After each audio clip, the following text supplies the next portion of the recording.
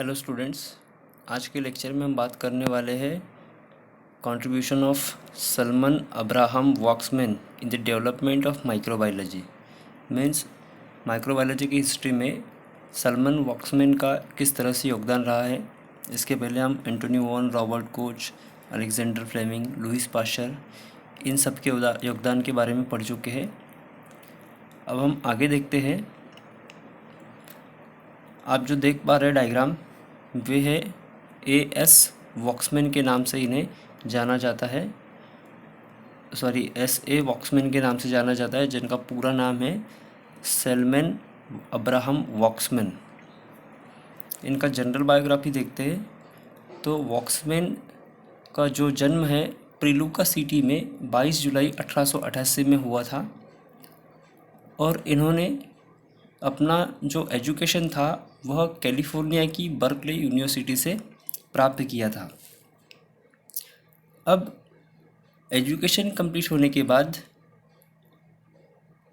Salomon Voxman ने एक biochemical industry में एज अ बायोकेमिस्ट या केमिकल साइंटिस्ट के तौर पर इन्होंने कार्य किया। साथ ही साथ सॉइल माइक्रोबायोलॉजी डिपार्टमेंट में प्रोफेसर के रूप में इन्होंने कार्य भी किया।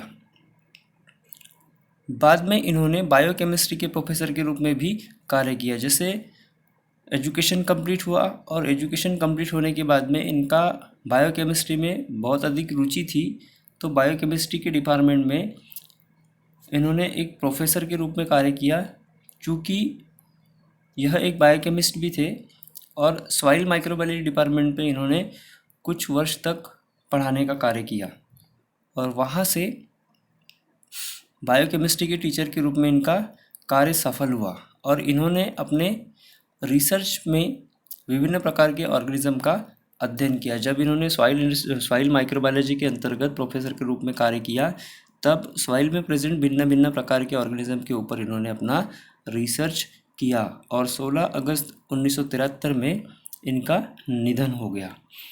अब बात करते हम कि हम वॉक्समैन की हिस्ट्री माइक्रोबायोलॉजी में किस विचार से पढ़ रहे, तो उनके इस योगदान के बारे में हमें देखना है।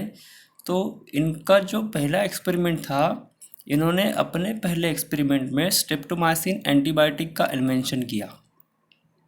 जब स्ट्रेप्टोमाइसिस एंटीबायोटिक का इन्वेंशन हुआ, तब इस एंटीबायोटिक का उपयोग विभिन्न प्रकार के बैक्टीरिया से उत्पन्न बीमारियों के उपचार में किया जाने लगा। उस समय घातक बीमारियां बैक्टीरिया के द्वारा उत्पन्न होती थी और उन बीमारियों के ऊपर कोई इलाज नहीं था, तो उस समय वॉक्समैन के द्वारा इन्वेंट की गई जो स्ट्रेप्टोमाइसिन एंटीबायोटिक थी, इसका उपयोग किया जाने लगा। इस एंटीबायोटिक का प्रमुख रूप से जो उपयोग था वह ट्यूबरकुलोसिस नामक डिसीज़, जिसे आप टीबी कहते हैं, इस डिसीज़ के ऊपर शुरुआती तौर पर किया जाने लगा। तब इन्होंने बताया कि यह जो ट्यूबरकुलोसिस डिसीज़ है, जो टीबी डिसीज़ है, यह माइकोबैक्टीरियम ट्यूबरकुलोसिस ऑर्गेनिज्म के द्वारा उत्पन्न होती है। इस एंटीबायोटिक का जो उपयोग था, जब टीबी के ऊपर किया जा रहा था, उसी समय इस एंटीबायोटिक का उपयोग प्रमुख रूप से gram positive and gram negative bacteria से उत्पन्न होने वाली जो डिसीज़ थी, जो बीमारियां थी, उन बीमारियों के ऊपर प्राइमरी ट्रीटमेंट के रूप में किया जाने लगा। ये जो gram negative and gram positive जो बैक्टीरियाज होते हैं, इनके बारे में हमें सबसे पहले क्रिश्चियन ग्राम नामक साइंटिस्ट के द्वारा बताया गया कि अगर हम स्टेनिंग करते हैं तो on the basis of staining bacteria are classified into two major classes. First one is gram positive and second one is gram negative bacteria. इसी प्रकार इस एंटीबायोटिक के उपयोग से ग्राम पॉजिटिव और ग्राम नेगेटिव बैक्टीरिया से होने वाली डिसीज़ का ट्रीटमेंट किया जाने लगा और बाद में सर सलमन वॉक्समैन के द्वारा ही नियोमाइसिन एंटीबायोटिक का इन्वेंशन किया गया। इस प्रकार इनका जो माइक्रोबायोलॉजी में प्रमुख योगदान था वह था स्ट्रेप्टोमाइसिन तथा नियोमाइसिन, इस दो प्रकार की एंटीबायोटिक का प्रोडक्शन किया जाना। अब इनका जो एक्सपेरिमेंट था, उस एक्सपेरिमेंट के लिए इन्हें नोबेल पुरस्कार से भी सम्मानित किया गया। इनके इस रिसर्च के लिए इनका जो रिसर्च था स्ट्रेप्टोमाइसिन एंड नियोमाइसिन एंटीबायोटिक का इन्वेंशन करना तथा उस एंटीबायोटिक के उपयोग से विभिन्न प्रकार की बीमारियों का इलाज किया जाना, इस एक्सपेरिमेंट के कारण उन्हें सन 1952 में नोबेल पुरस्कार से सम्मानित किया गया।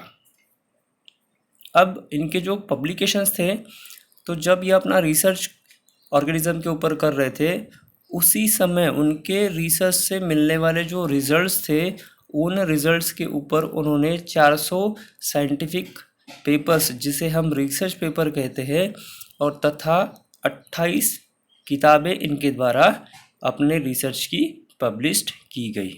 Thank you so much.